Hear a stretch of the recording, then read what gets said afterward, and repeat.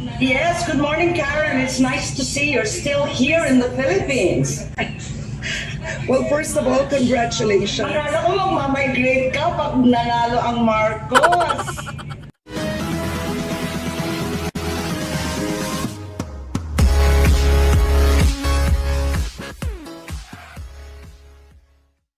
Good morning, Karen. It's nice to see you're still here in the Philippines. Well, first of all, congratulations. Akala ko magmamigrate ka pag nanalo ang Marcos. Hoping always. Pinagkaguluhan ng mga netizens ang naging usapan sa pagitan ni Senador Amy Marcos at mamamahayag na si Karen Davila sa programang ANC Head Start. Tila inungkat kasi ni Senador Amy ang pagiging kritiko ni Davila sa mga Marcos sa mismong programa niya. Ilang netizens naman ang hindi maiwasang magbigay ng reaksyon sa sinabi ng senadora kay Karen Davila. Ganyan dapat ang gagawin sa mga news anchor tulad ni Davila. Hindi kasi siya fair sa mga kausap niya. Merong kinikilingan, depende kung magkano. Iisa ang tinira, pero daming sapol. Saan ka pa? Eh di kay senadora na. At tignan natin kung may word of honor. Yung mga nagsabing manalo si BBM ay may mag-rate sila. Pero wala pa akong nabalitaan. Di naman siya kawalan sa ating mga Pilipino. Kung umalis siya ng bansa, wag na siyang babalik. Puro supalpal din naman ang inabot niya sa mga ini-interview niya. Samantala, ayon kay Senadora Amy Marcos, bukas anya si President-elect Bongbong Marcos Jr. na makatrabaho ang pinakamahigpit niyang katunggali noong May 9 elections na si Vice President Leni Robredo. Ayon kay Senadora, everything is possible. Yun nga ang sinasabi ng nanay ko, walang masamang tinapay, baka maging kaalyado mo pa. And the truth is, sometimes, the second chance is better than the first time around. It's a second chance for the Philippines. Senator, first, congratulations. Congratulations to your brother, to Uniteam, and to you as well. So let's talk about first some issues in the Senate right now. It's quite clear, is it fair to say, you are supporting Senator Cynthia Villar for the Senate presidency? Wala pang masyado na pag-usapan, di pa ako kinakausap ni Senator Subiri. But clearly, I belong to the Nationalista Party, and Senator Villar is our boss, as it were. To my mind, discussing the presidency at this point is a little premature. More important is to determine the composition, kasi siyam ang aalis at napakarami nun. It's going to be a sea change in the Senate. Perhaps we should discuss who would be the best senators for each and every job. Okay, now, do you believe it's time for President-elect Marcos to already interfere with the Senate presidency, Senator Amy? Oh no, my brother wouldn't do that. Ading Bongbong won't do that. He, of course, has friends in the Senate, as he was a senator for a while. But certainly he won't be interfering because it's inappropriate, clearly. And there are three separate branches of government. Hindi naman tayo nanghihimasok sa mga justices. Hindi rin dapat nanghihimasok ang presidente sa legislatura.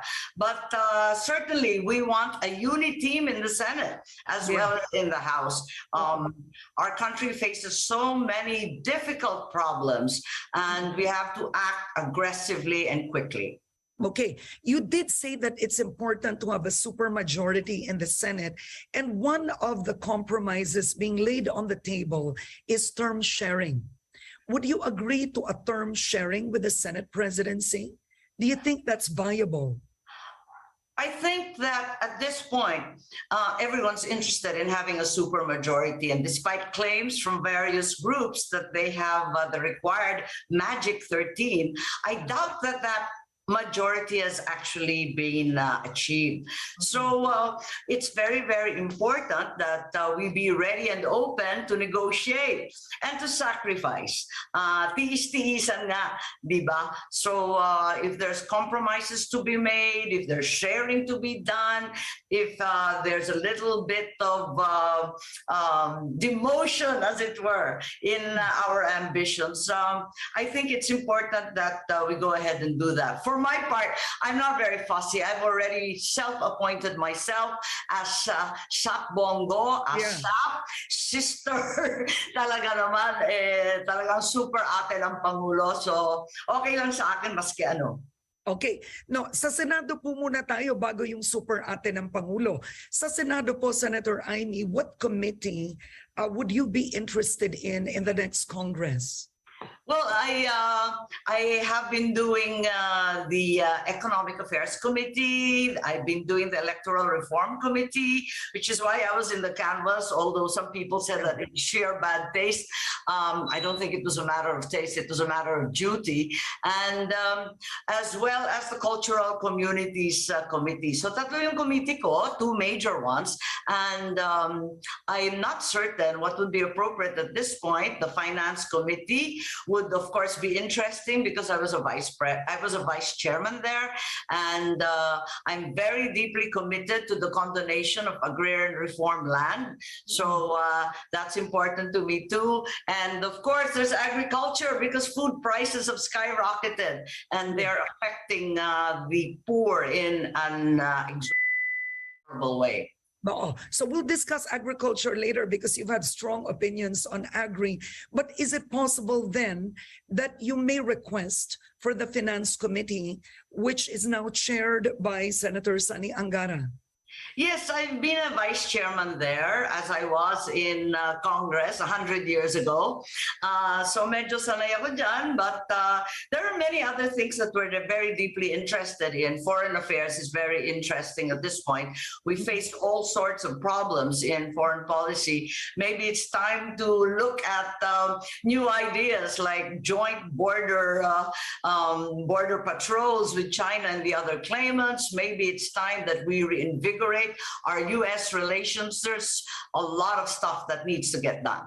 Okay, so clearly there are two committees of interest to you other than finance, agri and foreign affairs. Now, what you said, no, that as SAP, you are the special assistant to the president. What particular role are you seeing seriously? I mean, of course, ikaw yung ate, but do you often give him advice? Do you give him recommendations? What is your relationship like? Yes, I think that I get consulted from time to time, largely by Sandro and the other kids, and Bongbong from time to time. Kung minsan, magkaiba kami ng diskarte, but the connection to my brother is always direct and always very strong. So, for me, for example, during the campaign, now it's time for postmortems. I think that while I was not part of the campaign headquarters,